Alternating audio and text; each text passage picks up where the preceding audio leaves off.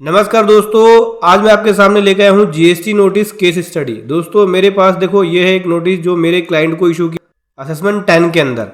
और यहाँ पे बैक डेट में जीएसटी नंबर कैंसिलेशन जो हुआ है, सप्लायर का जीएसटी नंबर जो कैंसिल हुआ है उसके ऊपर जो आईटीसी लिया है उसके वजह से डिमांड क्रिएट हुई है। 580 की डिमांड है, ये देख सकते हैं, जो कि सप्लायर का कैंसिलेशन बैक डेट से हुआ है, रेट्रोस्पेक्टिवली अफेक्ट के वजह से हुआ है। ये चलिए डिटेल में समझेंगे कि इस तरह के नोटिस में कैसे वर्किंग करनी होगी, कैसे आप इस तरह के नोटिस को हैंडल करेंगे, रिप्लाई कैसे बनाएंगे, बहुत सारी चीज़ों को समझेंगे आज इस वीडियो के अंदर। बहुत कुछ सीखने को मिलने वाला है, तो चलिए इसको स्टेप बाय स्टेप समझते हैं। उससे पहले बताना चाहूँगा, जो भी भाई बंधु मेरे चैनल पर पहली बार हैं, इस वीडियो को पहली बार देख रहे हैं, जिन्होंने अभी तक सब्सक्राइब नहीं किया, सब्सक्राइब कर लीजिए, सारे बेल आइकन पे भी क्लिक कर लीजिए ताकि इस तरह का कंटेंट आपको मिलता रहे। तो दोस्तों देखो, ये नोटिस जो है इशू किया गया, स्कूटनी की गई जब रिटर्न की 18-19 की, तब ये नोटिस इशू किया गया है।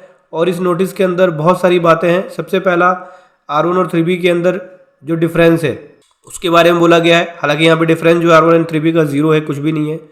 बोलते हैं कि आईटीसी जो है वो ज़्यादा ले लिया गया है, जबकि 3.1D के अंदर पेमेंट नहीं की गई है। फिर अगला बोलते हैं आईएसडी का जो क्रेडिट है वो 2A में रिफ्लेक्ट नहीं हो रहा। फिर बोलते हैं 3B के अंदर आईटीसी ज़्यादा ले लिया, 2A में कम आ रहा है।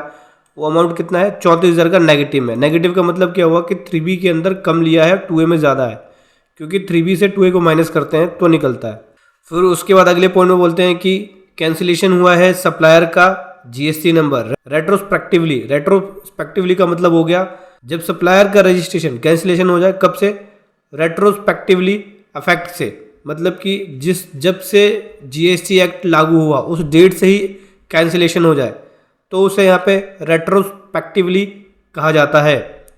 तो बेसिकली ये जो कैंसिलेशन हुआ है सप्लायर का वो जुलाई से ही हो गया है। तो जो आईटीसी हमने लिया, यहाँ पे ऐसे सप्लायर है जिसका कैंसिलेशन जिस डेट से जीएसटी लागू हुआ उसी डेट से हो गया, जुलाई से ही हो गया, जुलाई 17 से ही। तो उस केस में यहाँ पे डिमांड क्रिएट हो गई है और इनएडमिसिबल आईटीसी भी बताया है, क्योंकि सप्लायर ने यहाँ पे 3B फाइल नहीं करी है, कुछ पेमेंट्स भी करी है डीआरसी में। देखो दोस्तों, अगर मैं पहले पॉइंट की बात करूँ तो पहले पॉइंट में कुछ भी नहीं है, 3B R1 के बीच बोलता रहे हैं डिफरेंस है, जबकि यहाँ पे अमाउंट कुछ भी नहीं है, 0 है। तो पहला पॉइंट खत्म। दूसरे में बोलते हैं कि 1D के अंदर टैक्स की पेमेंट नहीं की आरसीएम में, और टेबल 4 के अंदर आईटीसी क्लेम कर लिया आईटीसी का। सबसे पहले तो आपको पूरे साल की 3B देखनी पड़ेगी। पूरे साल की 3B देखो 18-19 की, कि क्या आपने आरसीएम वाला जो आईटीसी ऊपर दिखाया 3.1D के अंदर, क्या आपने जो क्लेम किया है टेबल 4 के अंदर आरसीएम, क्या वो 3.1D में आ रहा है कि नहीं आ रहा है? अगर आ रहा है फिर तो कोई प्रॉब्लम नहीं है। हालांकि मैंने यहाँ चेक कर लिया, हमारे में इस तरह की कोई प्रॉब्लम नहीं है। आईएसडी का कोई क्रेडिट लिया है जो 2A में नहीं आ रहा, उसकी वर्किंग देखनी पड़ेगी। मेरे केस में तो आईएसडी का क्रेडिट नहीं है। फिर 3B और 2A में जो आईटीसी लिया उसकी आपको एक वर्किंग नोट बनानी पड़ेगी, रिकन्सिलेशन बनानी पड़ेगी। आप इसे मंथ वाइज बना सकते हैं। उसमें देखना होगा कि 3B और जीएसटी या 2A में कितना इनपुट है, कितना डिफरेंस आ रहा है। इसके लिए आप जीएसटी पोर्टल पे जो कंपैरिजन रिपोर्ट होती है, फ्री टूल, उसका भी यूज़ कर सकते हैं। अभी बात करते हैं 580 की डिमांड जो क्रिएट हो गई, ये कैसे हैंडल करेंगे इसको। तो दोस्तों देखो क्या है, सप्लायर ने, कुछ ऐसे सप्लायर होंगे जिनका रजिस्ट्रेशन कैंसिल हुआ है, और ये कैंसिलेशन कब से हुआ है? जुलाई 17 से हो गया, जब से जीएसटी लागू हुआ। मान के चलिए कि आप लगातार उससे परचेज कर रहे थे, या 18-19 में आपने परचेज किया जिसकी अमाउंट 580 है, और उसका रजिस्ट्रेशन ही जुलाई 17 से कैंसिल हो गया।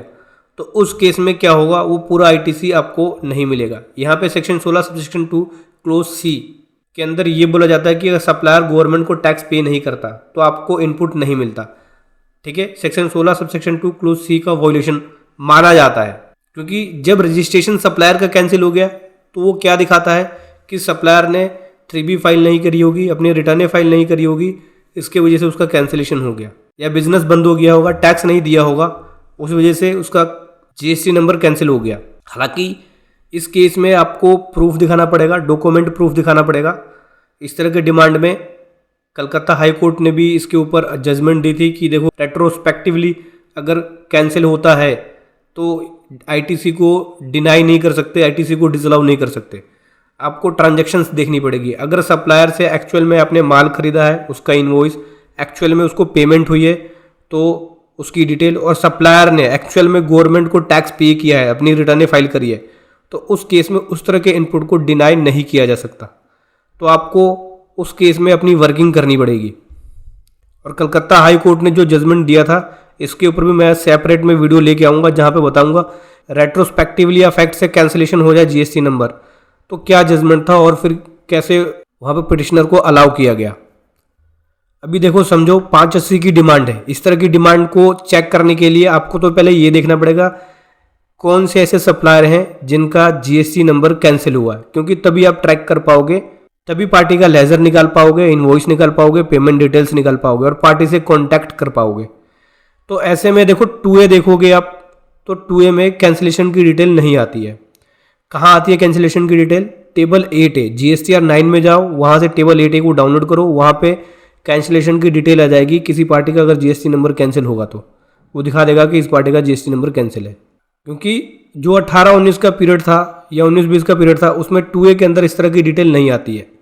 आप GSTR 9 के टेबल 8A को देख सकते हो, उसके अंदर डिटेल आ जाती है कि कौन से सप्लायर का रजिस्ट्रेशन कैंसिल है और कौन सी डेट से कैंसिल है, इफेक्टिव डेट भी आता है।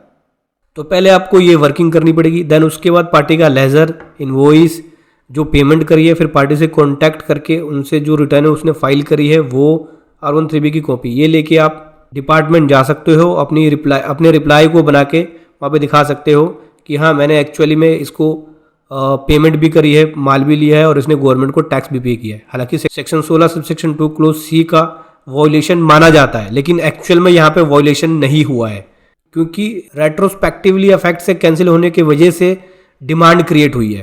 तो यहाँ पे इस तरह से आपको वर्किंग करनी होगी। छठे पॉइंट में बोलते हैं कि ITC इनएडमिसिबल होगा क्योंकि सामने वाले पर्सन ने 3B फाइल नहीं करी। हाँ देखो यहाँ पे सेक्शन 16 सबसेक्शन 2 क्लोज C का वॉयलेशन हुआ है, क्योंकि सामने वाले ने 3B फाइल नहीं करी। इसका मतलब क्या हुआ, जिस सप्लायर जिससे आपने इनवॉइस लिया उसने अपनी 3B फाइल नहीं करी है, तो यहाँ पे सेक्शन 16 सबसेक्शन 2 क्लोज C का वॉयलेशन हुआ है। उसके वजह से वो ITC इनएडमिसिबल हो जाता है और वो ITC नहीं मिलता। तो यहाँ पे जो 9,152 रुपीज़ है, ये वाला अमाउंट देखो, ये वाला अमाउंट, ये अमाउंट तो पे करना पड़ेगा, क्योंकि सामने वाले पर्सन ने 3B फाइल नहीं करी। 3B फाइल नहीं करता है तो गवर्नमेंट को टैक्स पे नहीं होता है। तो चाहे तो आप इस तरह की वर्किंग नोटिस आने से पहले भी कर सकते हो। जब आप एनुअल रिटर्न फाइल करते हो तो टेबल 8 में दिखाता है कि किसने अपनी 3B फाइल करी है, किसने नहीं करी है। या GSTR 2A में देखोगे तो उसमें दिखाता है कि किसने अपनी 3B फाइल करी है या किसी ने 3B फाइल नहीं करी है। येस या नो करके आता है लिखा हुआ उसके अंदर।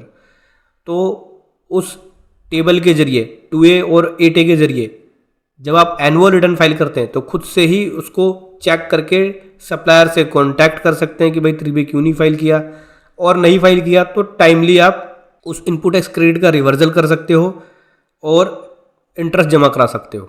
बाद में करोगे या बाद में चेक करोगे तो जिस दिन भी रिवर्सल करोगे या जिस दिन भी टैक्स पे करोगे वहाँ तक का इंटरेस्ट आपको भरना पड़ेगा। तो ये वर्किंग आप पहले ही कर सकते हो ताकि आप इंटरेस्ट से बच सकते हैं। और असेसमेंट 10 का रिप्लाई देना ज़रूरी होता है। रिप्लाई नहीं देंगे तो फिर डिमांड एंड रिकवरी का जो प्रोसीजर है वो शुरू हो जाता है। तो समझ गए दोस्तों, ये था एक कमाल का कंटेंट जो मैं आपके सामने लेकर आया। वीडियो कैसी लगी ज़रूर बताएं। Thank you so much. जय हिंद, वंदे मातरम।